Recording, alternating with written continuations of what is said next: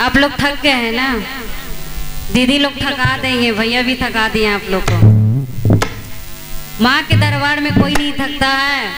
जो माँ के दरबार में आते हैं वो और शक्तिशाली बन जाते हैं, है ना? उनको माँ और शक्ति देते हैं। बोलिए सच्चे दरबार की, शीतला मैया की। चाचा भैया की तरफ से तो आवाजें नहीं आ रहा है। बाकी में मेरे माताएं बहनें के तरफ ज्यादा आप लोग थक गए हैं। हेलो, सही तो है, तभी तो बोल रहे हैं। नहीं, हाथी रहते तो हाथ उठाते हैं। कहा जाता है जो माँ के दरबार में बैठे हुए हैं, जिनको माँ दो दो हाथ दिए वो दोनों हाथ उठाएंगे, और जिनको माँ हाथ नहीं दिए हैं वो बगल वाले से उधार लेकर के उठाएंगे। बाकी उठाएंगे, माँ के दरबार में शर्म नहीं करना है। सीधा सीधा हाथ उठाइए, दोनों हाथ सबको यहाँ पे हुई, सीधा सीधा। बोलिए सच्चे दरबार की, शीतला मैया की। क्या बात है। हेलो,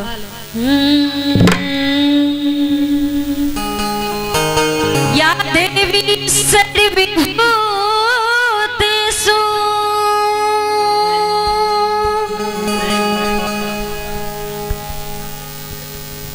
हेलो, शक्ति रूपेण संस्थिता नमस्तस्यै नमस्तस्यै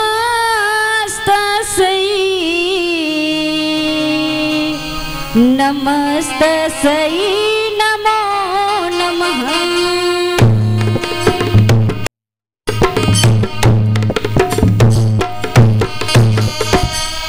ओम जयंती मंगला काली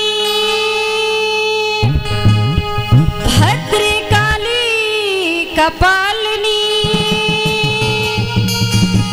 दुर्गे क्षमा शिवा धात्री स्वाहा स्वधा नमस्ते। चलिए, मैं आप सबकी अपना परिचय देना भूल गई हूँ। एक बार इसी गांव में कुछ महीने पहले, मतलब कि 5-6 हो चुका है ना, शिव चर्चा करने आए थे। ये चाचा के घर में है ना, चाचा शिव चर्चा करने आए थे और बोल भी थे कि हेलो, थोड़ा माए बैटरी थोड़ा चेंज कर दीजिएगा, आवाज रुक रुक के अप डाउन कर रहा है। और बोली भी थी कि जागरण करवाएंगे तो बुलाएंगे, सौभाग्य प्राप्त होगा। जो कि यहाँ पे दोबारा माता जी ने और चाचा जी ने हमें बुलाया। एक बार चाचा जी के लिए जोरदार ताली बजा दीजिए। क्या बात है। चलिए, भजन की ओर चलती हूँ। मेरा नाम सीमा सिंह, जो कि भजन गायिका बिहटा से ही चलकर के आई हूँ। ऐसे तो मेरा मकान दानापुर हुआ, बिहटा में अपने संगीत के लिए ही रह रही हूँ। ज्यादा समय नहीं लेते हुए आगे बढ़ती।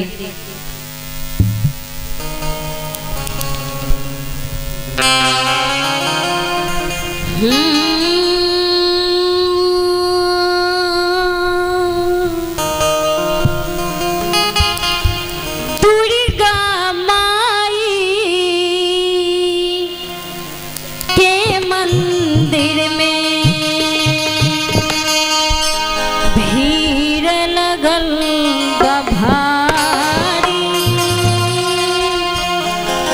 अरे गूंज रहल बा धरती अंबर, भगतन के जयकारी।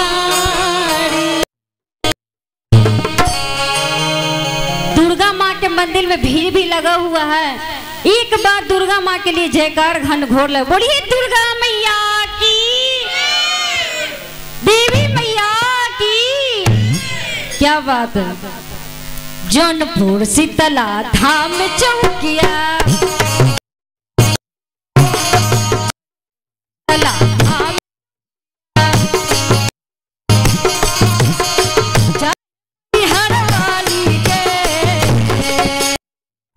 दशहरा वाली के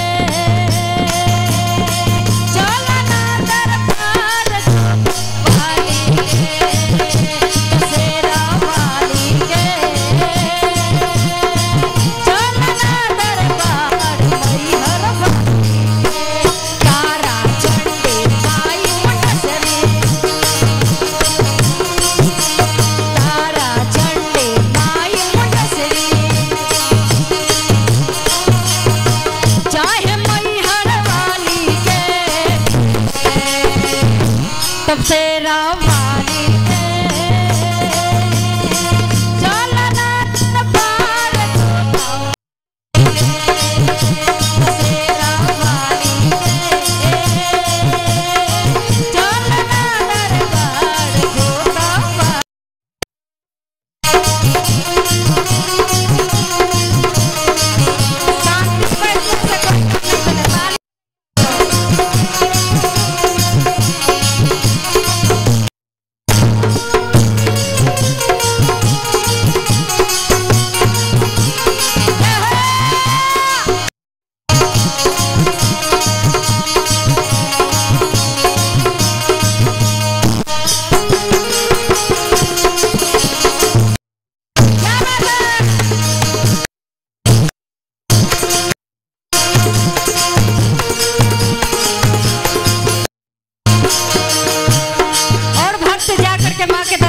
क्या कह रही है?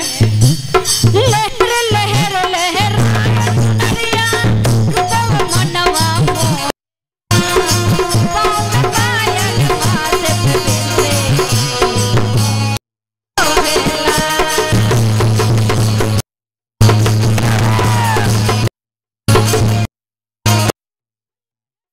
लहर लहर चुनरिया रूपवा मनवा मोहेला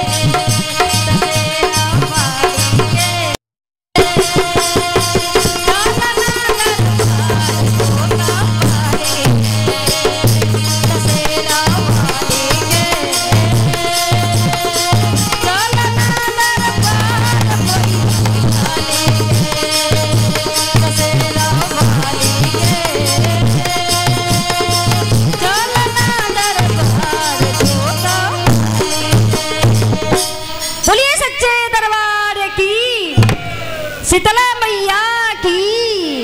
अगर भजन अच्छा लगा